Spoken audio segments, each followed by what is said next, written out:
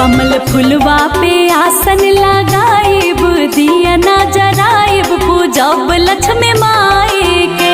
कमल फुलवा पे आसन लगाइब, दिया ना जराइब, पूजब लक्ष्मी माई के। आज शुभ दिन बा ऐसन आइल, दिया ना जराइब, पूजब लक्ष्मी